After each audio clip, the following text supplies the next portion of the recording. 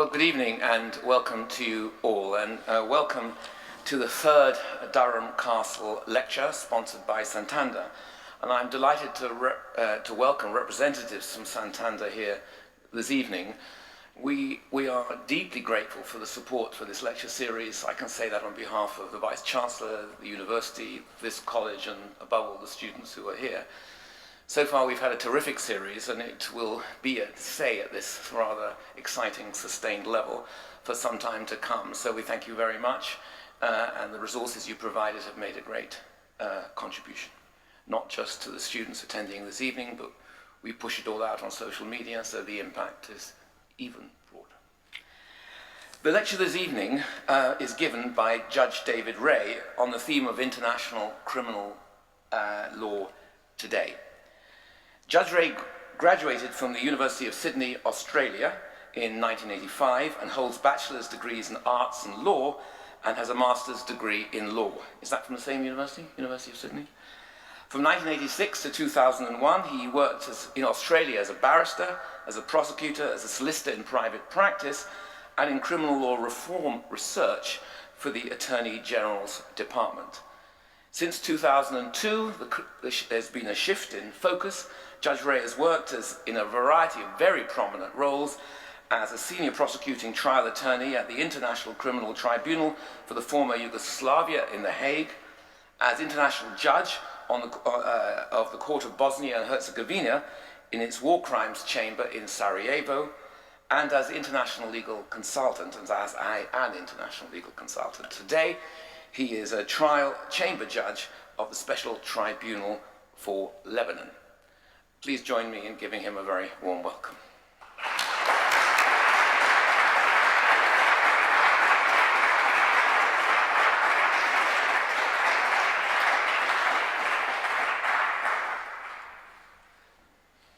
Thank you, Master, for that warm welcome. It is indeed a great pleasure to be here tonight in these magnificent surroundings.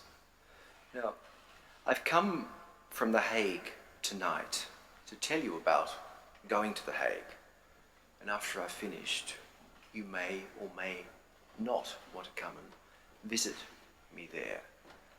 But starting with a little bit of personal history, almost 11 years ago, I arrived in The Hague as a not-so-young prosecutor at the Yugoslav Tribunal, or the International Criminal Tribunal for the former Yugoslavia, or the ICTY, as I'll refer to it tonight by its UN acronym.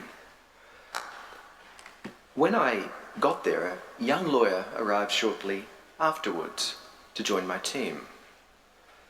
This young lawyer confessed to me that just until he arrived in The Hague to assume his position as new position as an international prosecutor, he had thought that The Hague was a building, a bit like saying the White House or the Pentagon, I imagine. Now, I won't tell you his nationality, but when he got to The Hague, this young lawyer discovered that it was far more than one building, in our case the ICTY. You may be familiar with that building from the less than iconic television image sweeping across a concrete duck pond towards the 1950s insurance building. My own court, the Special Tribunal for Lebanon, is located in a purpose-built former headquarters of Dutch intelligence, surrounded by a duck-filled moat and complete with elegant anti-helicopter sculpture. The ICC, or the International Criminal Court, following this services analogy, has existed in the former corporate headquarters of KPN. It's a giant Dutch an Intel giant since 2002. And the courtroom in my court, like one of the ICCs, is in a converted gymnasium. The main ICTY courtroom is a converted insurance company cafeteria. Now, that's The Hague. You contrast that, of course, international criminal justice, with the seat of the International Court of Justice, civil justice, also in The Hague, but located appropriately in the appropriately named Peace Palace, or Palais, Palais de Paix, situated in beautiful formal gardens designed by the noted English landscape architect Thomas Mawson.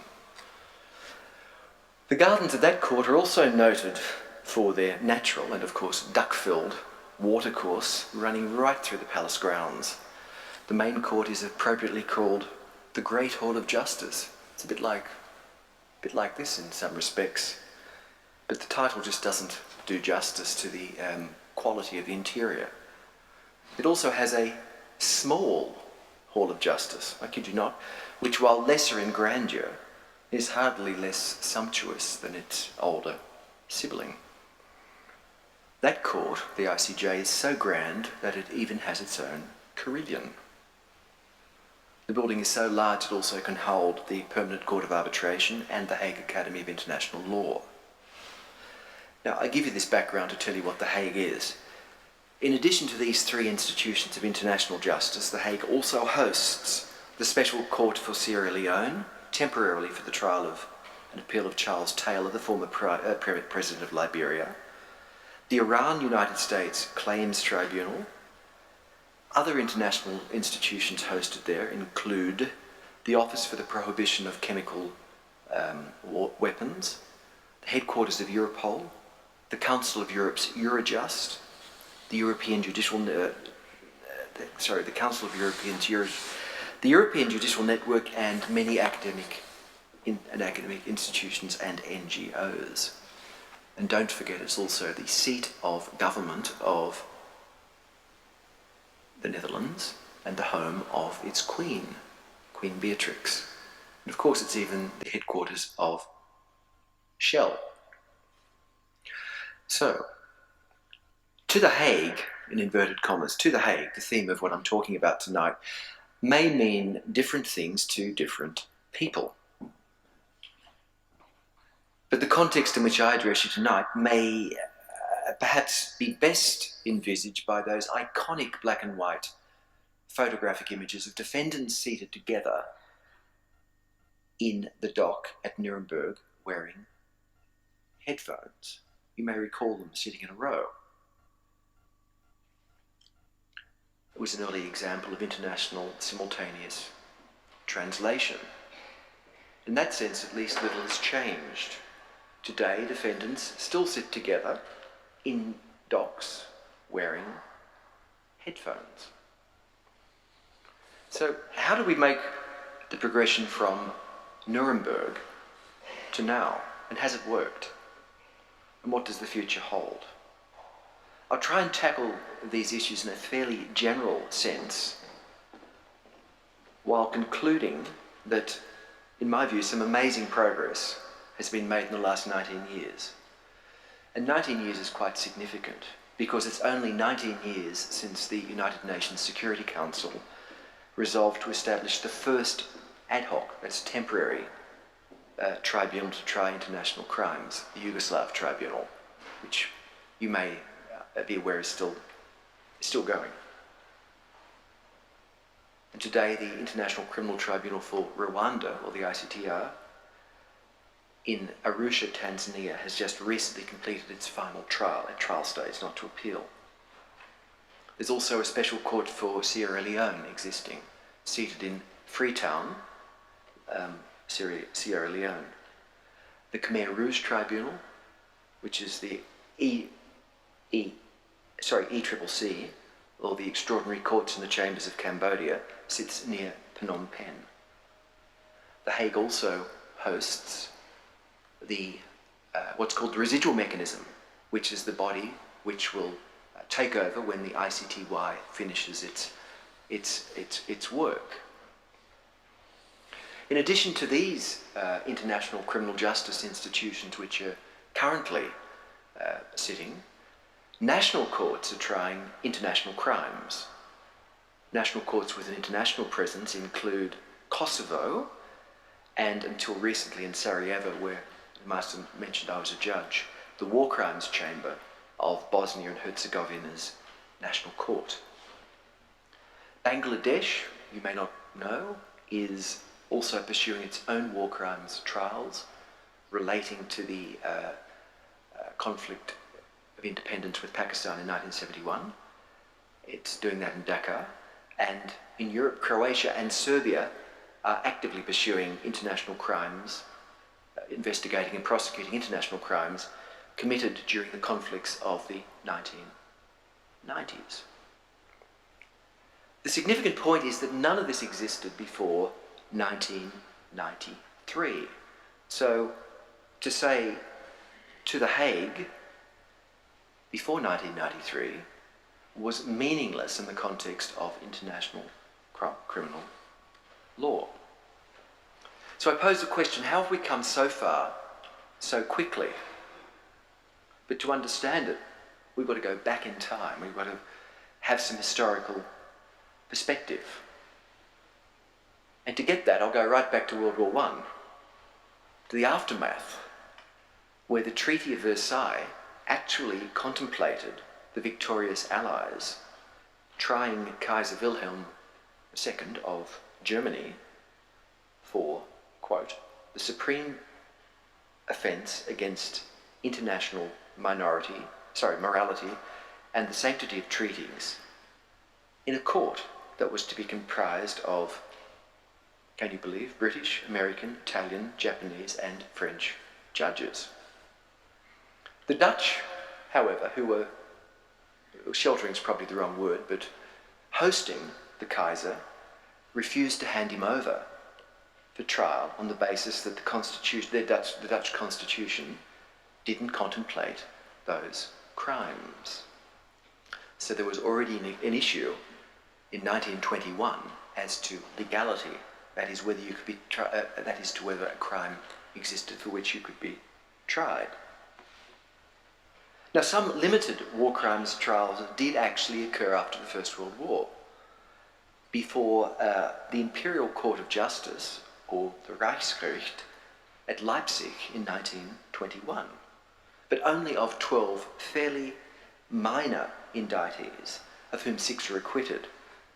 The Allies, the victorious Allies who'd intended to try the Kaiser, had intended to try up to 900 alleged German war criminals who were on a list that it gave to the German government. But when the German government refused to extradite any of them, the Allies accepted a proposal of the German government to try them in Germany under the German justice system. To illustrate the types of crimes they were charged with, these 12, 4 were convicted of mistreating prisoners of war, and they received sentences of up to 6 months' imprisonment. 2 submarine officers received sentences of 4 years for crimes committed on the high sea from an attack on the survivors of a hospital ship they had sunk who were in a lifeboat. That was it. The end of World War I, that was it. 12 war crimes trials. Now, who would have thought that the assassination of King Alexander of Yugoslavia would play a role in the development of international criminal justice? Well, it did. In 1934, following his assassination in Marseille, the French government proposed to the League of Nations the establishment of a permanent international tribunal to try terrorism offences. That resulted in the negotiation of a convention for the creation of an international criminal court, which was adopted in Geneva in 1937, along with a conference on the repression of terrorism, which was supposed to establish the crimes which that court would try the offences. It, however, never came into effect. So, moving on from King Alexander of Yugoslavia and to 1945. And contrary to Churchill's desire to dispense very summary justice without the bother or inconvenience of trials, the International Military Tribunal at Nuremberg emerged from a joint agreement called from the London Conference. whereby the Allied forces enumerated international crimes that could be brought against Nazi suspects, namely war crimes, crimes against the peace, and crimes against humanity. Why? Well, many reasons, but one was the sheer scale of the atrocities committed during World War II was one of the overriding considerations. A secondary, though important, consideration was historical truth-telling, which I'll come to a little bit later. It was important, it was considered, to record the testimony of survivors in one way or another. 24 individuals and 6 organisations were arraigned at Nuremberg. That's the iconic photos, black and white images of the defendants in the dock wearing headphones. And after a 10-month trial, 3 defendants and 3 organisations were acquitted. 12 accused were sentenced to death, and the remainder to terms of imprisonment from 10 years to life.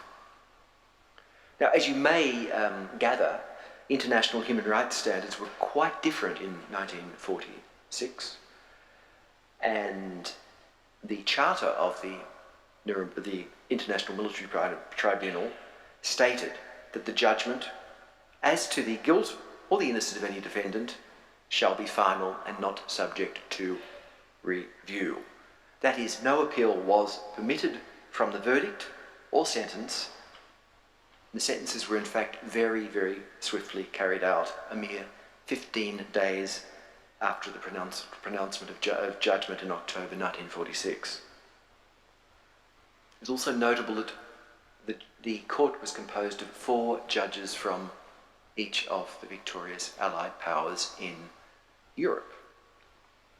Meanwhile, in what was then called the Far East, in January 1946, and during the trial, General Douglas MacArthur, of I Shall Return fame, by proclamation established the International Military Tribunal for the Far East. In doing this, he was implementing another declaration, the Potsdam Declaration, which was made in July 1945, 2 weeks before the London Conference establishing the Nuremberg trials was finished. And to give you an idea of what was in the declaration, I just turn to clause 10, which provided, quote, "We do not intend that the Japanese shall be enslaved as a race or destroyed as a nation, but stern justice shall be meted out to all war criminals, including those who have visited cruelties upon our prisoners." 4 judges sat at Nuremberg. 11 sat for nearly 2.5 years, hearing charges against 28 accused on an indictment containing 55 counts, including crimes against the peace, war crimes, murder, and various conspiracies. At the end of the trial, all remaining accused were convicted, at least by a majority verdict, and 7 received the death sentence. Again, no appeal was allowed, although General MacArthur was permitted under the Charter to reduce sentences, and from 1952, the President of the United States, upon the recommendation of the Clemency and Parole Board for War Criminals, as it was called, was permitted to reduce sentences or release prisoners. So this is the context of what was happening after the Second World War. Nuremberg, Tokyo. And after Nuremberg, the Allies set up war crimes courts in each of their 4 sectors, the Russians, French, Americans and British. And under the famous Control Council Law number 10, prosecutions were authorised for domestic prosecutions in Germany of war crimes, crimes against the peace and crimes against humanity. And the United States undertook 12 major trials in its sector, including members of the Nazi High Command and of Nazi doctors and judges. After the war, thousands of people were tried in European countries, Netherlands, France, Norway, Denmark, for crimes committed during the war. But numerous trials were also conducted by the Allies in the Pacific, including by China, Australia, the Philippines, the UK and the United States. So you might think that at the end of World War II, the situation looked fairly rosy for the establishment of the continuation of international criminal justice or international trials. But of course, after that war ended, another war began, that is, the Cold War, which very much put on ice the idea of international criminal justice. But at the same time, in these early years of optimism following the establishment of the United Nations, there was still some hope from the Nuremberg precedent that would lead to something more permanent. However, history shows that the prevailing political climate was actually light years away from anyone going to The Hague, either literally or metaphorically. Although in 1947 the UN General Assembly asked its International Law Commission to draft a code for offences against the peace and security of mankind, as it was then called, and a special rapporteur was appointed to draft a statute to establish an international criminal court. The first report was issued in 1951, and a draft statute for the International Criminal Court in 1953. However, a definition of aggression could not be agreed upon, and differing bodies were working on different documents at the same time in New York and Geneva. But in reality, the political will just did not exist to establish a permanent international criminal court in the 1950s. Meanwhile, prosecutions of World War II offences continued nationally. There were, over the intervening several decades, several isolated instances of national trials for international offences. Some notable trials included that of Adolf Eichmann in Israel in 1961 for 15 criminal charges, including crimes against humanity, war crimes, crimes against the Jewish people, and membership of an outlawed organisation. As you may know, he was convicted and hanged. In his defence, he didn't dispute the facts of the Holocaust, but rather claimed in his defence the so-called Nuremberg defence of following superior orders. Another notable example was the 1969 court-martial of Lieutenant William Calley for the massacre of several hundred Vietnamese civilians, including the rape and mutilation of some, in the village of My Lai in 1968. He was convicted of murdering at least 22. He was actually sentenced to dismissal from the army and confinement and hard labour for life. After a review, that was reduced to 20 years. The US Military Court of Appeals affirmed the conviction and reduced sentence, but the Secretary of the Army then reduced it to 10 years, and in the end, he served some 4.5 months of confinement in a military prison. The Calley case is an example, though, although it's a notorious example, is one of the workings of a military justice system. In Cambodia, in 1979, the Khmer Rouge leaders Pol Pot and Ieng Sari were both tried in absentia for genocide by a Vietnamese People's Revolutionary Tribunal after a 5-day trial, and were sentenced to death.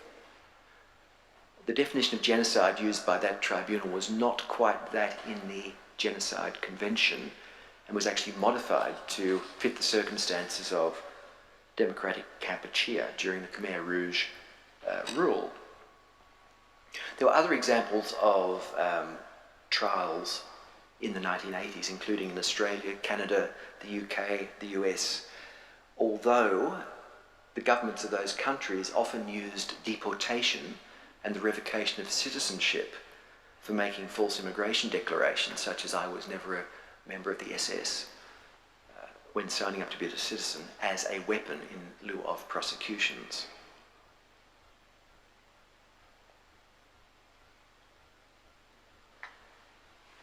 So although there was no advance over those decades in terms of establishing an international criminal court or international courts to try international crimes, there were major advances throughout the entire Cold War period in the development of international human rights law. Some of the notable ones, of course, included the Council of Europe's European Convention on Human Rights, which of course is binding on the United Kingdom as a member state, as a member party to the convention, as well as in international humanitarian law. International humanitarian law is the laws of war. For example, the Geneva Conventions in 1949 and their additional protocols of 1977. So we had a continuing national prosecution of old crimes, the development of international human rights instruments, and developing international humanitarian law. At the same time, of course, we had many, many internal and international armed conflicts.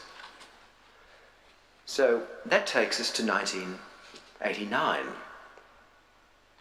And it was in that year, and it was at the initiative of Trinidad and Tobago, which was more concerned with internationally prosecuting drug trafficking than war crimes and crimes against humanity, genocide and aggression, that persuaded the United Nations General Assembly to resolve to ask the International Law Commission to resume the work it had done between 1949 and 1954 on establishing an international criminal court. That was the code I mentioned earlier, the draft code of crimes against the peace and security of mankind. I assume the language had moved forward to humanity by then. Now, the ILC, the International Law Commission, duly formed a working group and in 1994 produced a draft statute for the International Criminal Court. As well as war crimes, aggression, genocide and crimes against humanity, it included, within the jurisdiction of the proposed court, a list of crimes committed pursuant to treaties. For example, grave breaches of the Geneva Conventions. It also included piracy and crimes involving illicit traffic in narcotic drugs and psychotropic substances under the 1984 Convention in relation to psychotropic substances, and apartheid. Now, apartheid and grave breaches made it to the Rome Statute of the International Criminal Court in 1998, but not piracy or international drug trafficking. Acts of terrorism were also lacking from the list. However, between 1989 and 1994, when the draft statute was produced, something very, very significant also happens. And this is where you've got the various forces building on each other. That was the war in Bosnia and the genocide in Rwanda. And it was the confluence of those events that gave the impetus to continue the move towards establishing a permanent international criminal court. Because in 1993, the UN Security Council established the Yugoslav Tribunal, and in 1994, the Rwanda Tribunal. Now, why did this happen at this point? Now, I firmly believe that it's a matter of the time being right, and the time was right in the 1990s. It was post-Cold War, it was the post-Soviet era, and the international human rights movement was gathering momentum. Added to that, the number of global armed conflicts was decreasing. In fact, the number of armed conflicts internationally has probably halved, depending upon your definition, since 1990 itself. But importantly, in my view, the political will existed. For example, in your own country, maybe some of you are too young to remember this, the UK government had a newly appointed foreign secretary pursuing what was described as a, quote, ethical foreign policy. And as part of that, it was actively and enthusiastically supporting establishing an international criminal court. But with also with this, you had a growing global affluence, of course, recognizing that all of these things are, of course, relative. Also, if you look at what was happening at the time in terms of the growing international human rights movement, there was a global trend, diminution in the use of, for example, the death penalty, NGOs and state campaigns against the use of torture, and a reduction in the number of military regimes. Allied to this was the increased recognition of the value of adhering to the terms of the UN Convention Against Torture, which had been in force since 1987. I'm happy to say it now has 153 state parties. Also, at the same time, universal jurisdiction was having its heyday. And the European champions and world leaders of universal jurisdiction were, of course, the Spanish and the Belgians. But it was also rapidly becoming part of the global political and human rights discourse. It's well known by that point that some political figures, some retired, some serving, declined to travel to Europe for fear of arrest on a secret warrant issued by a court proclaiming jurisdiction over crimes with no geographical, political, or personal connection to that country, which is, of course, exactly what happened to Pinochet.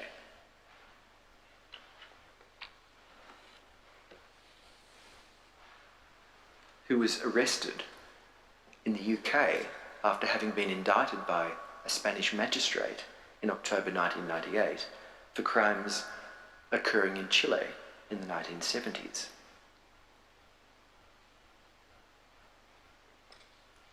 So,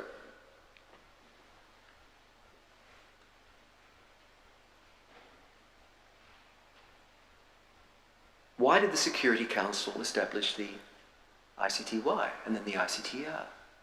There was a Commission of Experts report which documented atrocities which were continuing in the war, and it reached a point where the pressure was such that it was thought that something had to be done. But going back to these tribunals, they had, of course, their genesis in what happened at Nuremberg and Tokyo. It's, of course, impossible to answer whether, but for Nuremberg or Tokyo, the ICTI or the ICTY would ever have existed. And also, too much time had passed between 1946 and 1993 to answer that. But that time included the Genocide Convention, the Geneva Conventions, the Torture Convention, the UN Commission on Human Rights, now the Human Rights Council, and the Human Rights Committee, which was charged with monitoring another convention, the International Covenant on Civil and Political Rights. There have been massive developments in international human rights law between 1946 and 1993. But if you look at the role or the influence of Nuremberg and Tokyo on what happened in the 90s, you could probably draw a couple of conclusions. First, they were the catalyst for a number of significant human rights protections which developed over the following 30 years, including the conventions I've just mentioned. And secondly, they confirmed the notion, the very important notion upon which international criminal law is based, that of individual criminal liability. As the Nuremberg judgment famously held, crimes against international law are committed by men, not abstract entities, and it's only by punishing individuals who commit such crimes that the provisions of international law can be enforced. 2 years after the establishment of the Rwanda Tribunal, 3 years after the ICTY, the General Assembly in 1996 established a preparatory committee to establish an international criminal court. that resulted in a draft statute and a draft final act being submitted to a diplomatic conference in Rome in June to July 1998. A mere 4 years after the draft ILC statute of 1994, in 1998, in July in Rome, the ICC statute was born. I digress for a moment to say I was actually there. I was there as an observer, an NGO observer for an Australian human rights legal organisation that was very, very exciting. But you can't underestimate the role of the ad hoc tribunals, those two, in the development of the concept of going to the Hague in the process of the ICC. At the time of the negotiation of the International Criminal Court, the negotiators were able to draw on the experience of the two ad hoc tribunals, Yugoslav and Rwandan. They were helping to alleviate the major concerns from Nuremberg of so-called victor's justice and retroactivity, that is, whether defendants were charged with crimes that actually existed when they committed them. The ICTY and ICTR were very, very careful to establish legality before convicting anybody. The emerging body of jurisprudence from these two bodies also helped to persuade the ICC state parties that it was possible to establish a modern international criminal court.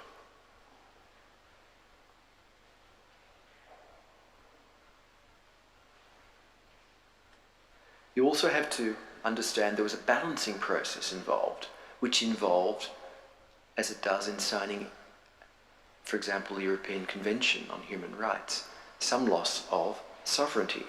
And the balancing was between a commitment to global justice and what's called ending impunity, and the loss of sovereignty this involves. So if not for the ICTY and ICTR, would the ICC have occurred? Would there have been an ICC if not for the role or experience of the ICTR and the ICTY? Well, probably. But probably not as quickly as it did. In fact, the mood of the time can be demonstrated by the speed of ratification of the Rome Statute, the ICC Rome Statute. It is one of the fastest ever multilateral treaty ratifications. It was even after the terrible events of post 9/11. It had the required 60 ratifications by the 1st of July 2002. That is, in 4 years, 60 states had signed up to ratify the Rome Statute. Now, I don't want to sound like a bit of a train spotter here, but if you put treaty ratification into perspective, just some comparative comparisons here. The Landmines Treaty, which had some very helpful celebrity support at the time, took 15 months to enter into force, but it only needed 40 ratifications. The Convention on the Rights of the Child took 10 months, but it only needed 20.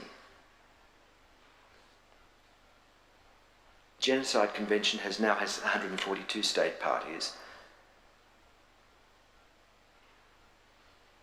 and the 4 Geneva Conventions are completely ratified by all UN member states.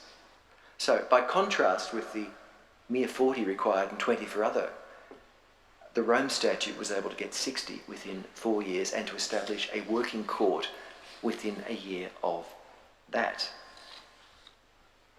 So, I go back. In my view, the time was right. I think it's a question of the zeitgeist. I have a German in the audience here. Understand the spirit of the times. Have anyone seen the Australian film The Castle? The iconic film. Any Australians here? The vibe? The zeitgeist, the vibe. If you see this film, you know what I'm talking about. It was a feeling. Everything was just falling into place at the time. And over the last 19 years, an enormous body of jurisprudence has developed. And it's particularly impressive because before 1993, the rules of international criminal procedure were simply non-existent. There were none. And the rules that have evolved and emerged combine elements of different legal systems. The courts are adversarial in nature, but great use is made of written evidence in place of oral testimony. And the ICC and the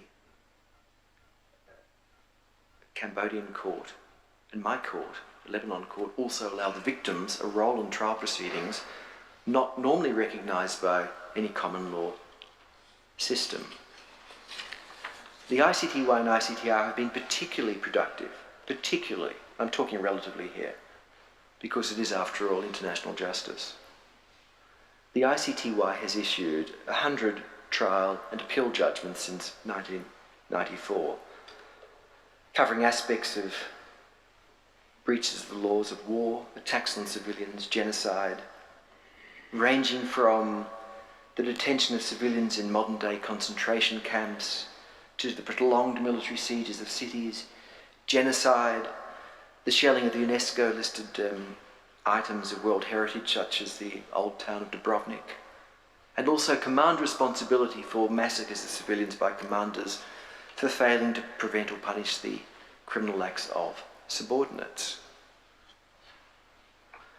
Sierra Leone court has completed its 4 trials, with only the case of Charles Taylor remaining on appeal. The Cambodian court has finished 1 case to finality, that of Doik, or Can Guak Eve, sentencing him to life imprisonment for crimes connected with the what was called the killing fields. As the commander of the S-21 interrogation centre in Phnom Penh, he oversaw the deaths of at least 12,200 people. Now, this body of jurisprudence has produced approximately, as far as I can see, about 40,000 decisions since 1993. 40,000. Problem is, they're yet to be indexed or digested or even stored in one location, so keeping track of them is a little bit challenging to anyone here studying international criminal law will probably know. The influence has also been very important on national legislation and prosecutions. When countries ratify the ICC, they must draft implementing legislation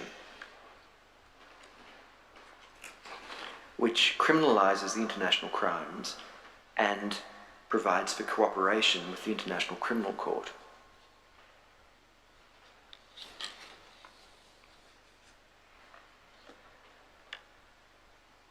On a slightly more technical point, that is of legality and whether something was a crime when it was committed, the ICTY has had to search for the source of law, sometimes in treaties. For example, the case of Galić, which was the siege of Sarajevo. The ICTY found that Galić was found guilty of the crime of inflicting terror or intending to inflict terror upon a civilian population by commanding a shelling and sniping campaign against the citizens of Sarajevo over a 3-year period, where the Bosnian Serb army encircled Sarajevo, which is a long valley, from above, killing thousands of people and injuring many, many more, and destroying a lot of property. He was charged with intending to inflict terror.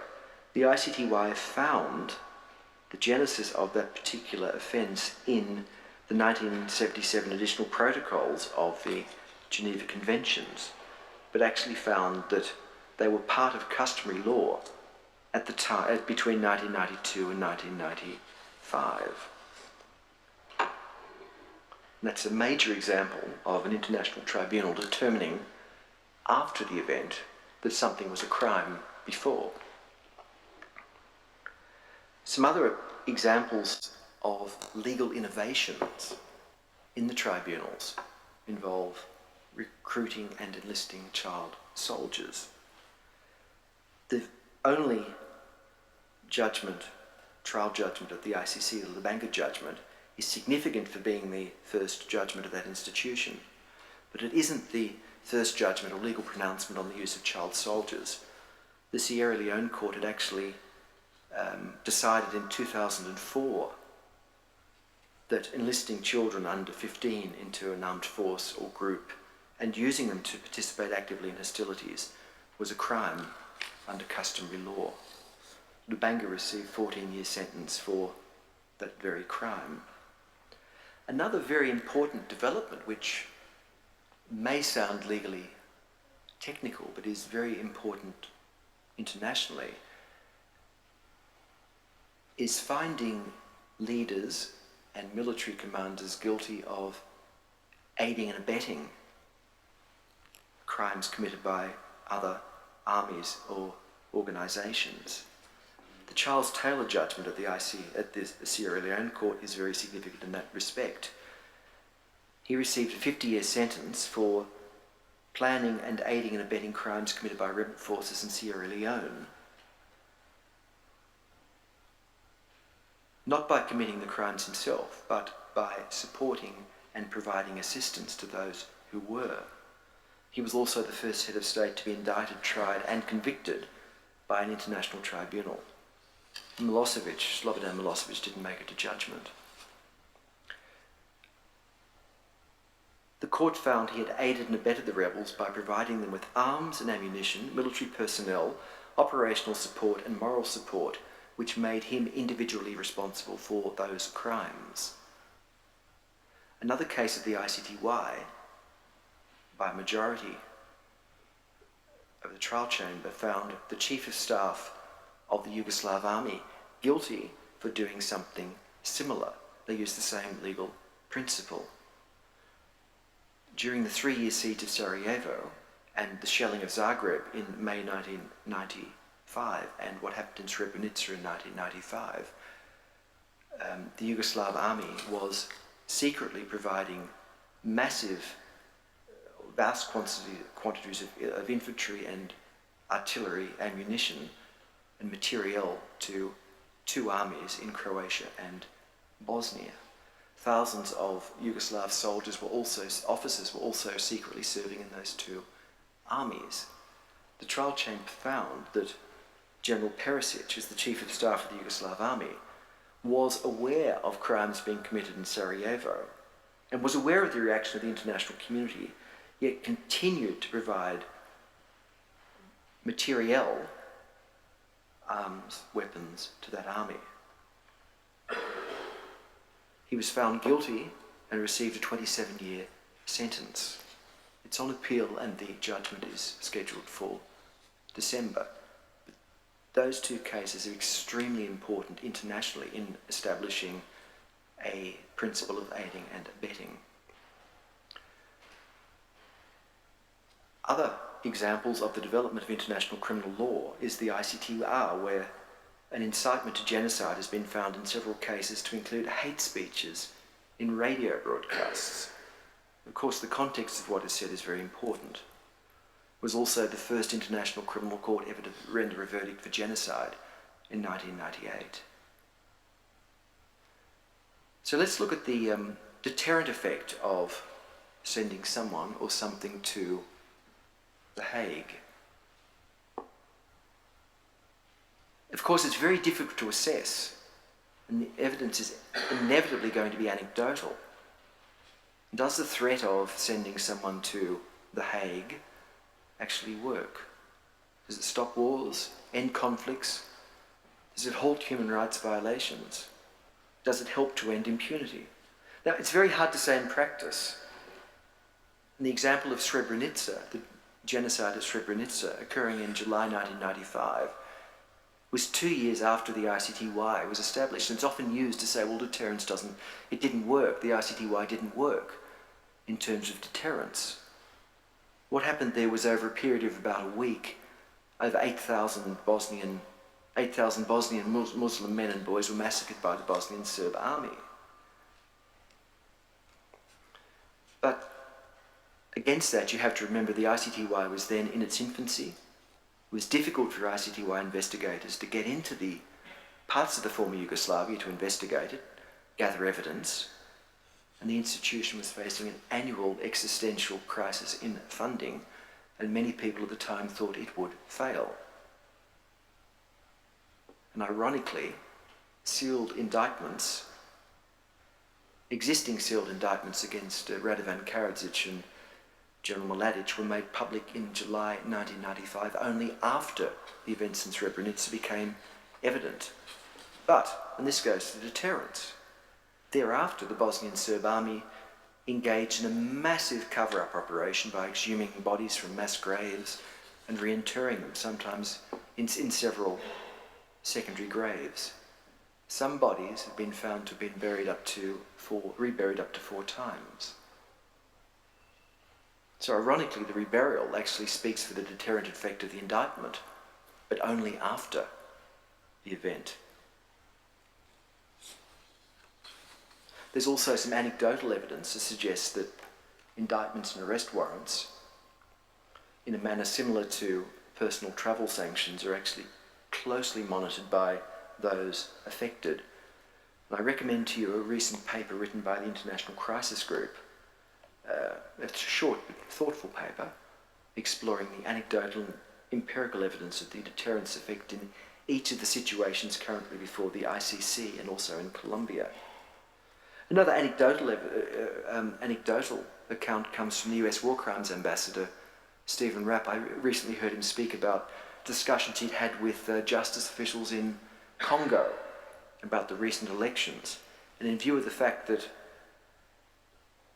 a number of prominent Kenyans were on trial at the ICC for election-related violence, for committing crimes against humanity, the justice officials in the Congo assured the War Crimes Ambassador of the US that the elections were going to be very, very peaceful as a result. Now, of course, the ICC is quite topical in the Democratic Republic of the Congo, but the elections did turn out to be quite relatively peaceful.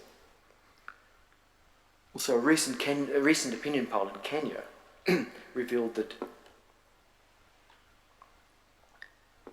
23% of respondents thought that the upcoming elections in March 2013 would be marred by violence. But more positively, 73% were, cups half full or half empty, were confident that these elections would be better organised and policed than those in the past. So it's probably still too early to measure the deterrent effect, or the true deterrent effect. One of the most important deterrent mechanisms may not be the trial itself, but may be by the ICC prosecutor opening what's called a preliminary examination. The goal of that is to determine whether there are grounds to launch an official ICC investigation into a situation through a decision of the prosecutor or another referral. The prosecutor's office at the ICC is currently investigating, or in preliminary examination in, according to his website, Afghanistan, Georgia, Guinea, Honduras, Korea, Nigeria, and Mali. And it's also completed reports for Palestine and Iraq. So, apart from the risk of prosecution, preliminary examination raises the prospects of increased international scrutiny, sanctions, economic and personal such as travel bans, and potentially decreased military assistance. It also gives comfort to civil society groups in countries under examination. I believe it's something that every state leader wishes to avoid. It attracts attention that no one wants. It may well be that it's not going to The Hague, but bringing The Hague to you, even in the form of a visit from the prosecutor's office accompanied by a team of investigators, that may have a major deterrent effect, forcing those offending to rethink what they are doing. In the years since the ICC Rome Statute, a dramatic domestic standardisation of international criminal law has occurred. As far as I can tell, at least 65 countries have passed relevant ratifying legislation. The Commonwealth and the Arab League Council of Ministers have drafted model implementing legislation to be used according to your legal system. Since it opened in 2003, the ICC has issued 30 indictments in 7 what they called situations. The latest was made public or unsealed only last week, that of Simone Gbagbo for allegedly committing crimes against humanity in Côte d'Ivoire. Of the other 29, at least 2, including Mohamed Gaddafi, have died, and charges against 4 were dismissed during the confirmation stage. You also have to factor in to all of this the important role that global commissions of inquiry have. These are UN fact-finding missions or commissions of experts reports, and over the last 20 years there have been numerous which have investigated and issued reports about conflicts and human rights violations all around the world. For example, a Commission of Experts report preceded the ICTY's introduction in 1993, and there have been other notable ones in Syria, Libya, Sudan, Sri Lanka and Gaza, just to mention several. Now, international justice is of course very expensive, and in each case it has to be started from scratch. Witness care and protection presents particular challenges. All witnesses have to travel to The Hague. They often require assistance, psychological, they require accommodation, they require visas. There's no international witness protection system. There's no international police force. There are numerous challenges: language, legal tradition, legal culture of the judges and prosecutors and defence counsel. And the UN Security Council continues to play a large role in international justice. Under Chapter 7 of the UN Charter, it may determine the existence of any threat to the peace, breach of the peace or act of aggression, and to make recommendations or take measures. It was under Chapter 7 it established the ICTY, ICTR, and referred the situations in Libya and Sudan to the ICC, and sent fact-finding missions to inquire into many breaches of international criminal law. Now, the ICC, of course, is not intended to have exclusivity and never will. Realistically, unless its budget increases dramatically, only a tiny percentage of requisite cases, of eligible cases in any situation will ever get to the ICC. So this is where the prosecutor's preliminary examination I referred to earlier may have a necessary or strong deterrent effect. The ICTY, even with its 161 indictments since 1993, between 1993 and 2005, was never ever going to replace national prosecutions. So if going to The Hague doesn't work in the sense that those who commit war crimes or crimes against humanity won't necessarily end up there, we have to be realistic and look at what other models can be used.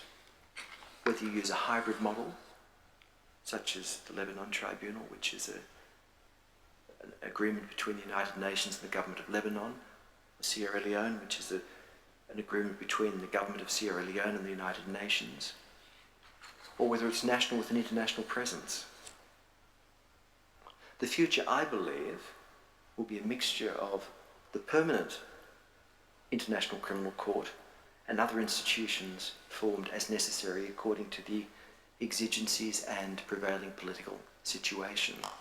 We can't back away from the political nature of the establishment of many international justice institutions in the past. In this respect, I would recommend the model of the Court of Bosnia-Herzegovina as one that can be replicated with local variations. This model involves a national court, but with a strong international presence of judges, prosecutors, defence lawyers, technical advisors, but with a period for transitioning to a fully national institution over time. The international presence provides a watching brief, a circuit breaker if you like, in transitional justice situations and provides stability. It also attracts donor support and much international interest, and the technical expertise brought into a country in transitional justice can greatly assist in developing post-conflict justice institutions. It can work, and I've seen it work. And I believe this mixture is probably the future of international adjudication of international crimes, along with the ICC. It can't be the ICC alone, and it's unrealistic to expect national prosecutions of international crimes to the requisite standard in all post-conflict situations, especially if those who've committed the crimes are in power or in situations of military control. Certainly some countries in immediately post-conflict phase can, but many can't. It's in these circumstances that international assistance is needed. This also meshes very well with the ICC concept of complementarity, that is, only intervening if a national system cannot or will not try the cases themselves. There are two potential examples, both overlapping with the ICC. One is overlapping with the ICC.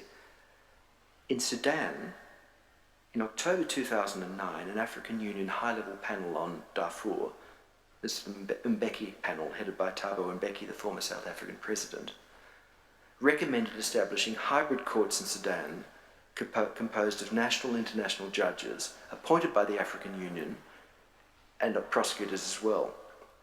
That proposal was endorsed by both the African Union and the Security Council in December 2009. It's 3 years ago, nothing has happened. The other one is Burundi. In 2005, a UN assessment mission recommended establishing special chambers in the Burundi justice system for crimes committed between 1972 and 1993. It's a very long period, but modelled on the Bosnian court model. It was submitted to the UN Security Council by the former UN Secretary General Kofi Annan. He also recommended at the same time a Truth and Reconciliation Commission. Neither has been established. Under this model, no one would go to The Hague, but justice would still be served. I finish on that note and thank you for your attention.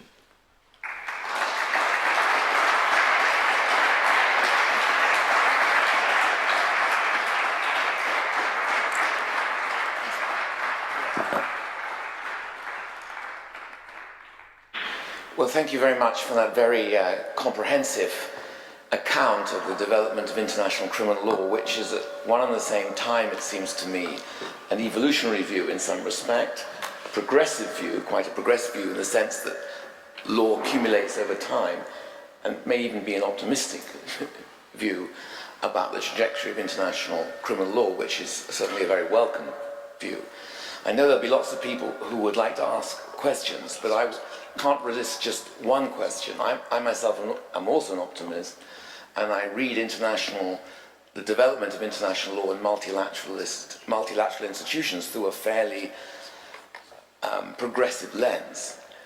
But can we really call this a robust legal system when the scope of the system is clearly limited? Can we really call it a robust, developing, progressive system when we cannot easily say there's one law for all, when there may well be one law for the rich and one law for the poor? In other words, one law for the military powerful and another law for those who are much more vulnerable across the world.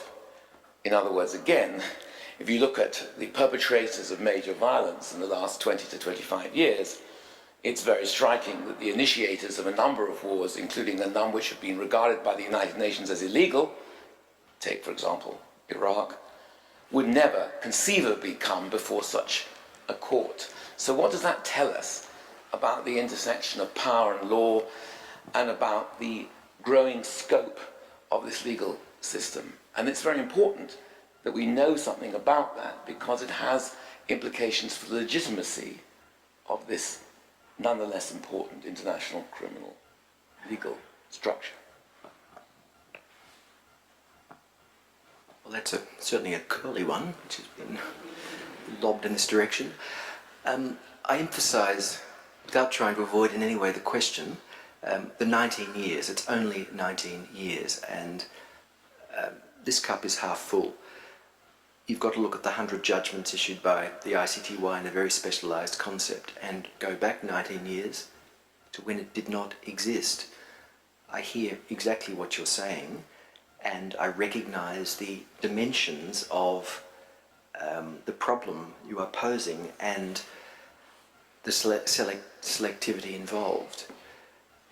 It, of course, international justice is, of course, like justice anywhere, is selective. It has to be selective. It's so expensive, just for obvious reasons. Inevitably, only a small proportion of those responsible can ever be tried by international justice institutions. Now, of course, I agree with what you're saying, that it would be much more desirable if the reach of international criminal justice were larger. However, we have come a long way in 19 years, and it's very important to celebrate what we have and to try and build on that and hope that the continuing movement and recognition, acceptance of it will get to the point where you would like to be. I would certainly like to be there one day too.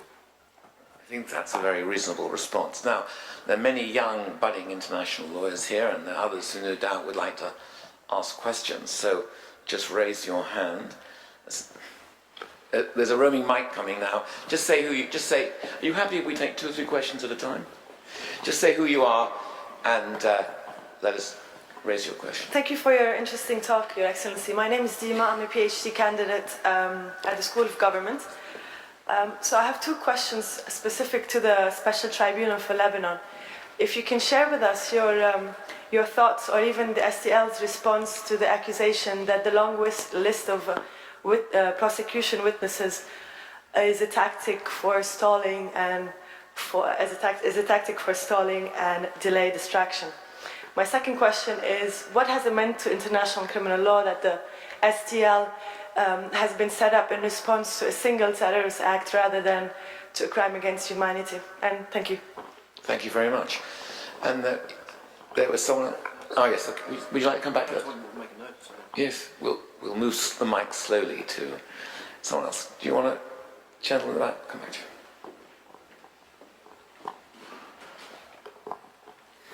Thank you, Justice Re, for your excellent speech. I'm Sheng Sheng, a PhD student in the School of Government and International Affairs. My question is, how can the ICC tackle its lack of power or lack of capability to carry out its ambition and implement the human rights treaties? Because comparing to the ICC, I think the ad hoc tribunals established by the Security Council has a lot of advantages, such as because the Security Council can authorize member states to intervene in the internal affairs of the states, so it can actually bring those people committing crime to the tribunal. But the advantages of the ad hoc tribunal is the Security Council can be easily deadlocked by the veto powers, the Prominent 5.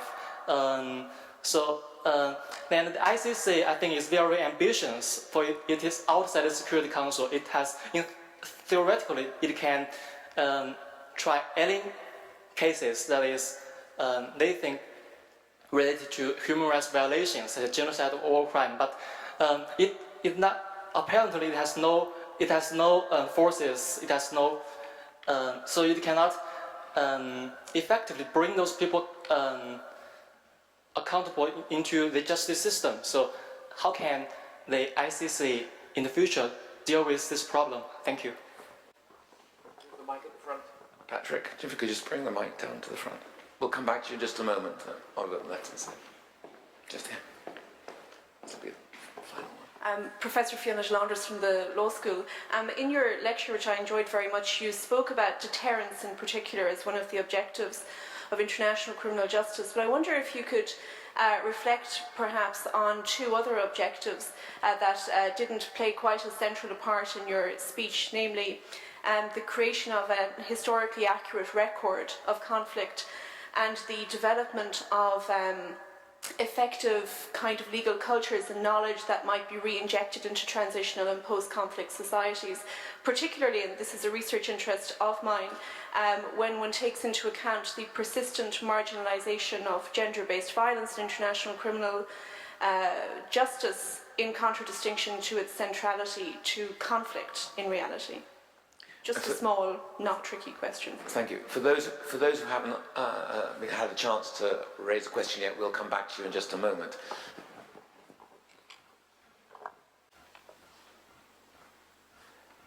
The first question on the STL, I think you'll appreciate as a trial chamber judge who will be required to adjudicate on exactly the question you have asked. It's probably best not to do it here.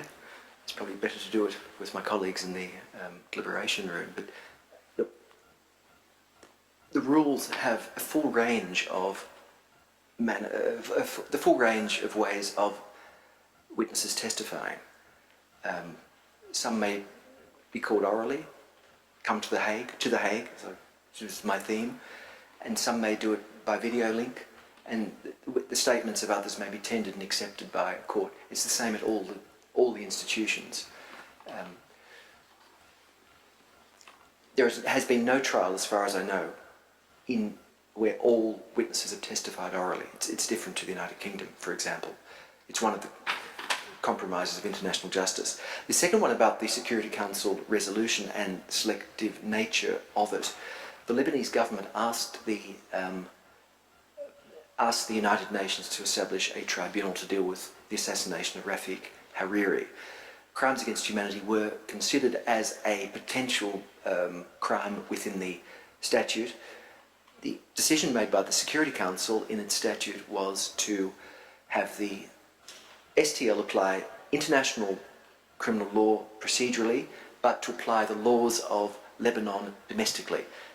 And those were terrorism, murder, etc. The tribunal is not dealing with a single act, it is dealing with a number of attacks in 2004-5, as long as they're connected with the Hariri attack. I think it's 14 or 18. So the jurisdiction is greater than a single terrorist attack, or a single attack which may be found to be a terrorist attack. So I hope that answers your question. The second one was about the ICC and the advantages of ad hoc tribunals. Yes, ad hoc tribunals do have advantages. They may be cheaper, but look, the ICTY and ICTR have many countries have have implemented legislation in relation to the ICTY and ICTR, the tribunals. For example, to subpoena witnesses, to allow video testimony, and to transfer indictees. Which is different. It's not an extradition treaty, it's a transfer treaty, and it's pursuant to a UN Security Council resolution, and you're quite right, all UN member states are bound to cooperate according to their obligations under Chapter 7 of the UN Charter, and there's actually an article in the ICTY statute to that effect. That is why the ICC, it's a requirement of joining as a state party that you sign up to cooperate to implement cooperation legislation, because you quite rightly pointed out there is no international police force, and all of these tribunals and courts rely upon international cooperation to operate and to exist. So, what's the other one? Libya, of course, might be different, and Sudan might be different with the ICC, because the referrals there, it hasn't been tested, but I'm just thinking aloud as a public international lawyer, because Libya and Sudan are referrals by the Security Council that may impose an obligation upon all member states of the UN to cooperate with the ICC in relation to their work in Libya and Sudan. It's an open question, but certainly one which I'm sure is under consideration. Those were the questions you asked, I think? There was a third question. Yes. The third question about deterrence and truth-telling. Truth-telling? Historically, well, of course, you don't have to be a cynic to talk about the historical truth and the trial truth.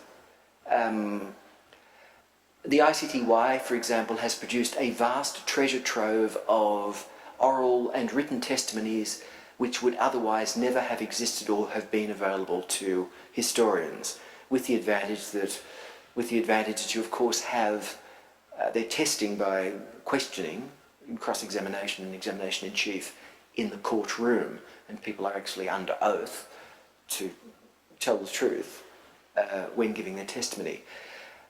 Also, the ICTY, for example, has obtained millions of pages of records from Bosnia, Serbia, Croatia, etc., the European Union and so on, which would otherwise never have been publicly available to scholars.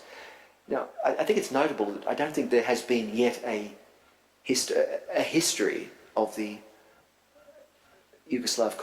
Bosnian or Croatian conflict or Kosovo conflict actually published, as in a proper scholarly account of the Bosnian conflict, which is quite notable 17 years after the signing of the Dayton Accords in 1995. So there are different theories as to whether it should have a truth-telling function, and some people say it should and some people say it shouldn't. I mean, look, at the end of the day, it's a criminal court, and the issue is whether or not someone is guilty of a criminal offence. If at the same time you are able to get this added bonus of an historical narrative which would not otherwise have existed, yes, but you can't confuse truth-telling or a Truth and Reconciliation Commission with a criminal trial. They're very, very different beasts. And in that respect, if you compare the examples of South Africa at one extreme, which was all Truth and Reconciliation Commission, and Bosnia at the other, which is all prosecution. I mean, in my view, it has to be somewhere in the middle. There has to be a mixture of truth-telling allied with prosecution and investigation. In relation to your gender-based violence issue, gender-based violence was actually charged in the first case at the ICTY, the Tadic case, but not specifically with those terms. As you know, it's very difficult often in war situations to get the testimony to prosecute those cases and to get witnesses to come to court.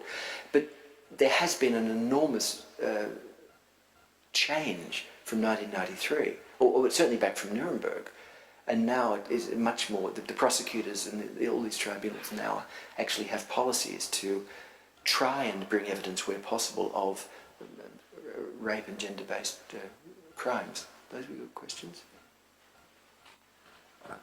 Those were pretty comprehensive responses. Thank you.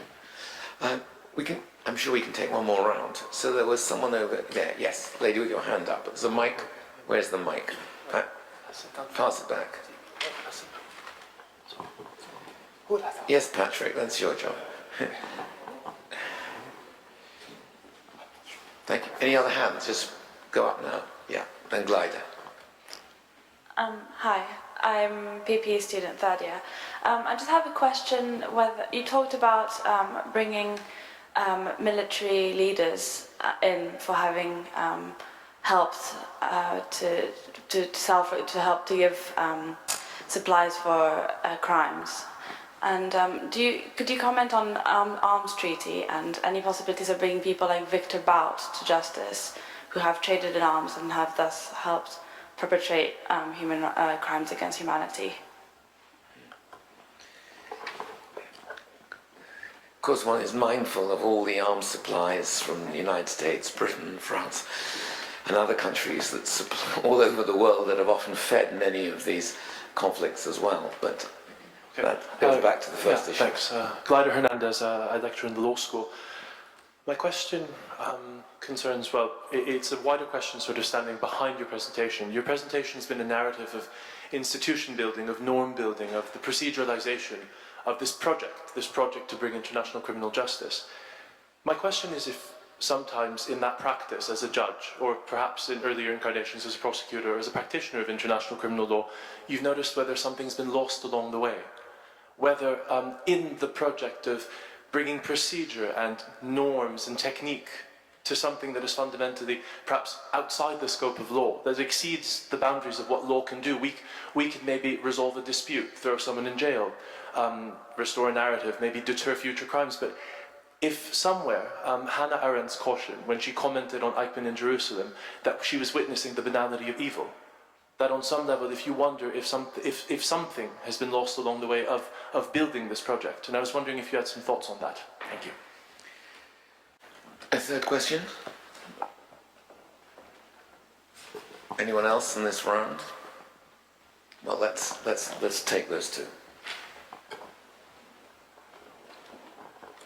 In relation to the first question about the arms treaty, it doesn't matter whether it's an arms treaty, a violation of an arms treaty.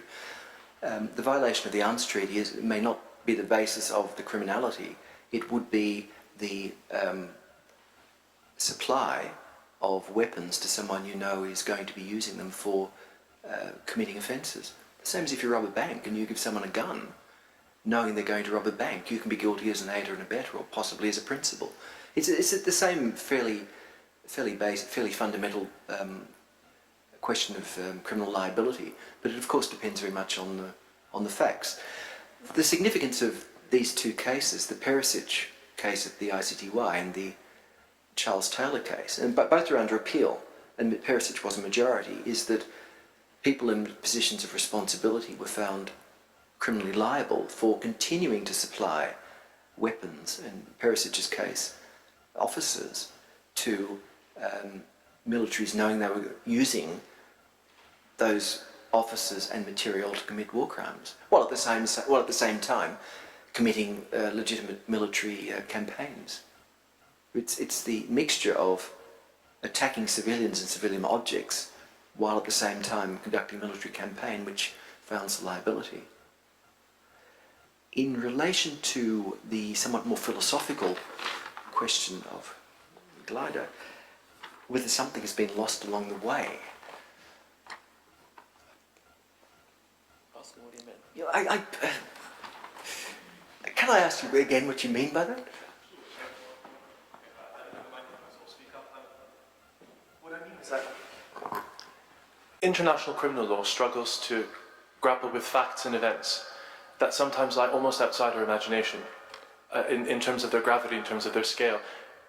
It raises basic questions as to whether, what can we do in the name of law with this? And I wonder if by ritualizing it, by basically wrapping it up in procedure and technique, that this soothes and comforts us after the fact that we've let these atrocities happen, and that somehow what we're doing is we're banalizing something that shouldn't be just ritualized to a trial where someone gets put in jail, and that actually we're consoling ourselves with the fact that we're dealing with it after the fact, when the real question is, what could we have done to prevent it, and should we not be reacting in a non-legal way? I mean, this is very much the sort of existential angst of an international lawyer, but I wonder if, for those of us who aren't lawyers in the room, if you have some thoughts on that. Does that help? Well, the ICTY and the ICTR are prime examples of that. They were set up during the ICTY during the conflict, and the ICTR afterwards, in situations where the UN has recognised it failed to act in Rwanda in 1994. And there was a failure of the international community in 1992 to 95 to intervene in Bosnia and Croatia, where the war could have been stopped, but it wasn't. Now, yeah, of course there is an element of what you're saying there, but I go back to the first response I gave to the good master here, which is, it's better than nothing. At least it's a response which didn't exist between 1946 and 1993. And hopefully, as I talked about before, there will be a deterrence from having the trials. Otherwise, what do? You go back to Churchill's solution during 1945?